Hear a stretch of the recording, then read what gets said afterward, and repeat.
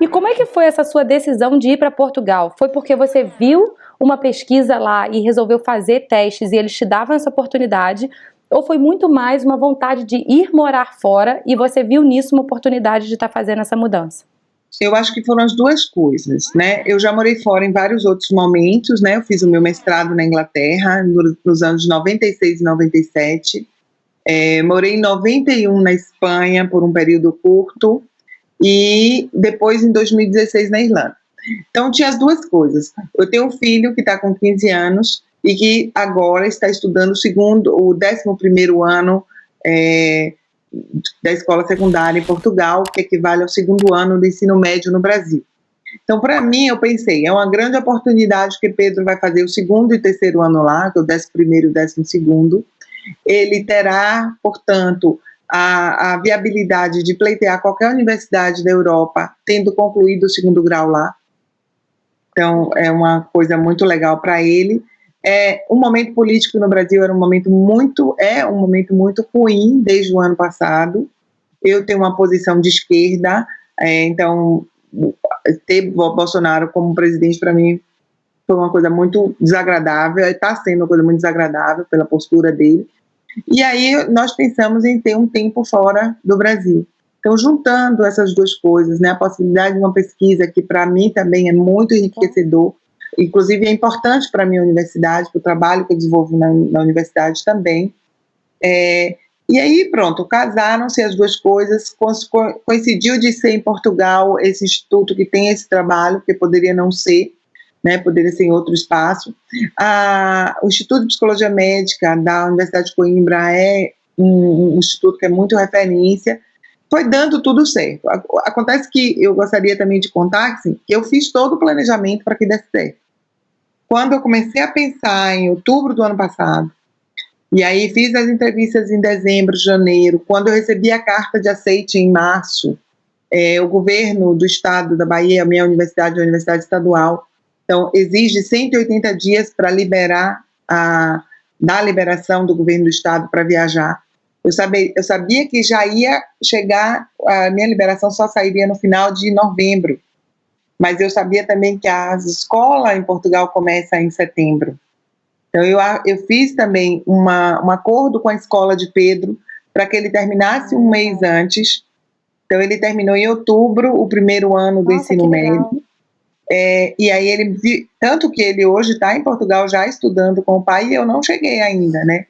E aí nós combinamos de irmos juntos, eu e meu marido, preparar tudo, casa, ver escola, tá? Ele ficou, eu vim, Pedro viajou só, Márcio recebeu ele lá, que é meu marido, recebeu Pedro, levou na escola, fez a matrícula, ele já está estudando, então ele terminou o 1º ano aqui no meio de outubro e já caiu lá no 2º ano, ele perdeu 1 mês e meio de aula, né, porque as aulas começaram no 16 de setembro e ele só começou no 4 de novembro, ele começou as aulas.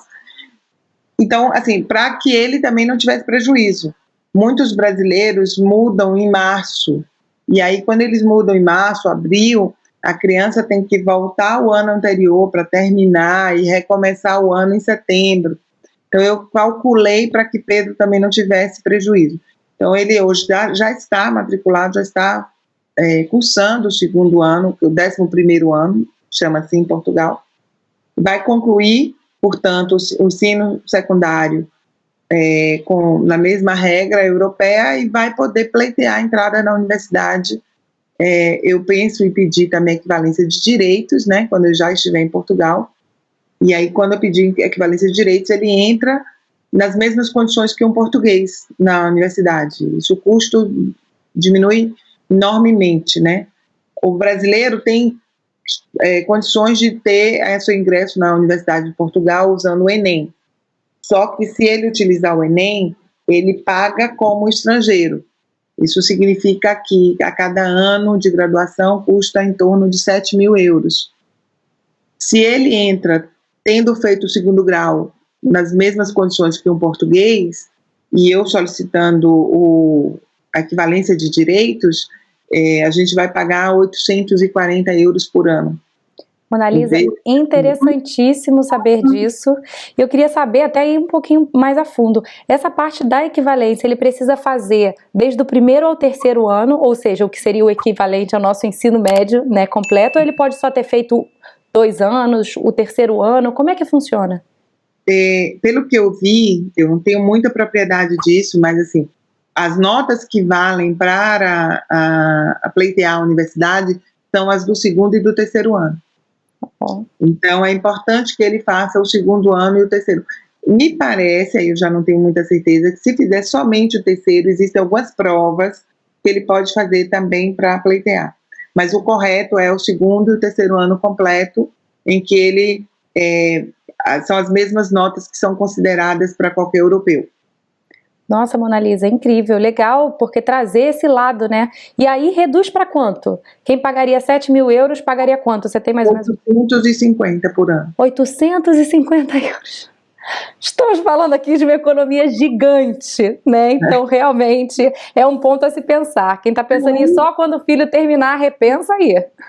Além de, acho que não só a questão da economia, mas a forma de entrada, né? Você entrar igual com todo mundo, na mesma condição, eu acho que dá mais legitimidade para ele mesmo como aluno. Eu acredito que não haja nenhuma discriminação de quem vem pelo Enem, mas eu penso que ele vai ter outras oportunidades. Se ele não quiser ficar na Europa, porque o meu tempo aí deve ser em torno de 2 anos, mas se ele não quiser ficar na Europa, ele volta, faz o Enem no Brasil e concorre aqui também, entendeu? Eu só aumentei o leque de oportunidades que ele vai ter. É isso, Mona Lisa, eu acho que você ter a possibilidade de escolha é uma coisa, né, incrível. E como é que foi para ele? Agarrou de primeira, falou, vambora, pai, mãe, matou no peito, é gol? Ou não, ele ficou um pouco apreensivo, porque eu sei que adolescente tem os vínculos sociais, né? Eu acho que o fato dele ter vivido em 2016 na Irlanda ajudou a ele a ter uma dimensão maior da importância dessa vivência agora em Portugal. Foi muito mais difícil na Irlanda, né? Nós fomos nas férias do fim de ano, então ele também saiu de uma aula aqui para cair na escola lá, ele também não teve férias, né? Como os colegas brasileiros. Naquela época, ele ficou muito preso ao WhatsApp com os amigos aqui, achando que ele estava perdendo as coisas aqui. E só quando ele retornou, ele viu que ele não perdeu, que ele tinha ganhado muito.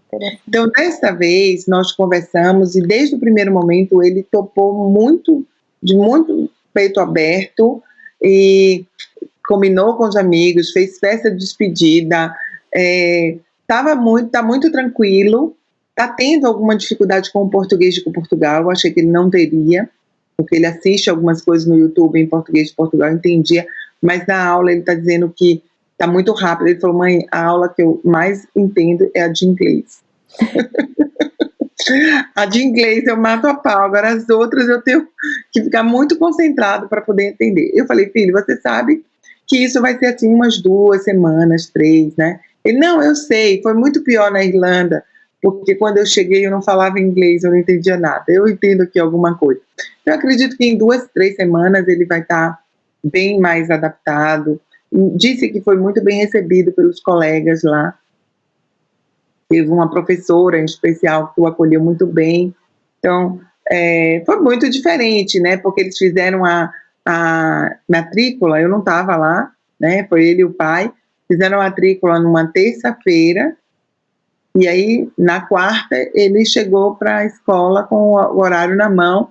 E assim, com 15 anos, ele não quer mais que o pai vá junto com ele para mostrar qual é a sala, né? E era um prédio, uma escola com 4 prédios, em que tinha a sala mudava de prédio a depender de qual era a disciplina. Parece uma universidade, né? E ele teve que se virar sozinho, e ele disse que se virou, encontrou e assistiu às aulas. Eu acho que o pai sofreu mais do que ele, porque o pai ficou tenso em casa, ai meu Deus, ele vai só. Mas eu acho que é porque essas coisas de escola, geralmente a gente assume, né? Eu falei aqui, falei, Márcio, está parecendo quando eu levei Pedro para a escola com 2 anos de idade. Né? Ele ia preocupado, porque esse processo também na Irlanda, ele não viveu, o pai, né? Eu fui para a Irlanda só com ele, e o pai chegou depois. Quando ele chegou, Pedro já estava adaptado, Então, para mim, eu também sofri na Irlanda de levá-lo para a escola às 8 da manhã para buscar às 3:30 da tarde, com um menino com 12 anos sem falar inglês. Ai, meu Deus. Como é que ele vai se virar lá, né? Ele fazia inglês aqui, mas não era a mesma coisa, né? E ele se virou, ele se deu bem. Com 2 meses, Pedro ganhou uma medalha da escola de reconhecimento pela iniciativa que ele teve de se incluir em todas as atividades, mesmo não sendo irlandês. Eles estavam comemorando 100 anos de independência da Irlanda, ele ainda não sabia cantar, e aí ele propôs à professora que ele pudesse acompanhar os colegas no violão, tirou a música no violão e tocou. Gente, que ótimo. Tá vendo? Isso é tão interessante quando a criança tá aberta, né? O adolescente, na verdade, se ele estiver me vendo falar criança, vai dar na minha cara. Enfim, mas quando o adolescente está disposto a... Tudo bem que tem um esforço ali que pode vir dos pais também, mas tá aberto ali, você vê, ele pediu para tirar música no violão, se inscreveu em diversas atividades. Isso, nossa senhora, até eu tô quase dando uma medalha pro Pedro. Ele já tá, inclusive, num grupo de vôlei lá em Ai, Coimbra. gente, não acredito, maravilhoso. Ele é louco por vôlei, é apaixonado por vôlei. E meu marido é campeão mundial de vôlei. Fala pra ele, vou botar em contato. Ah, precisa, porque ele, inclusive, assim, o sonho da vida dele é poder jogar vôlei. E aí, quando ele chegou na escola, que deve ser a escola do bairro, a única exigência que ele fez, ele falou: eu vou para Portugal, mas eu quero uma escola que tenha vôlei. E aí, lá em Portugal, a escola tem que ser a do bairro. E a que nós conseguimos não tem vôlei. Ele ficou arrasado. Aí o pai correu atrás, descobriu um time de vôlei numa cidade vizinha a Coimbra, chamada Condeixa, e que o time estava sendo montado, tinha espaço para ele, e eles já foram para os treinos. Ele não pôde jogar no domingo, ontem, porque ainda não está registrado adequadamente, está precisando de um papel lá que eles estão providenciando, mas ele está sim. Mas, Mona Lisa, olha, eu vou te falar que isso é muito bom. Não ter sido... Se fosse da escola, ia ser bom pela facilidade de estar na escola e de ter esses amigos do vôlei que talvez não fossem os mesmos da sala. Mas é muito bom diversificar de onde vêm os amigos. Eu tenho visto, assim, durante essas entrevistas que eu faço com brasileiros, que quando você diversifica, por exemplo, tem o time do vôlei, tem o time da sala, tem o time... Se o adolescente ele não se sente bem ali no time do vôlei, o da sala tá forte. Ou se o da sala tá fraco, o do vôlei tá forte. Então, que bom. Gente, tô vendo... Ó, gente, inscrevam seus filhos em atividades. Eu tô vendo que o Pedro tá sendo PhD aí nisso, tá tranquilo em relação a se comunicar. Eles que vão me ensinar o que eu tenho que fazer em Coimbra. Com certeza, Mona Lisa, com certeza.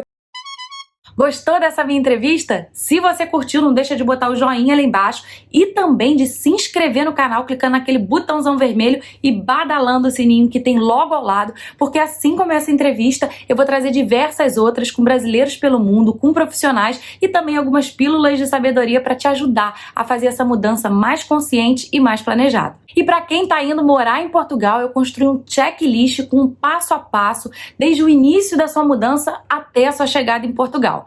Então clica, ele vai aparecer em algum link da tela, basta você clicar e baixar o seu. Por hoje é isso, eu te vejo no próximo vídeo do canal. Um beijo enorme e bora morar fora!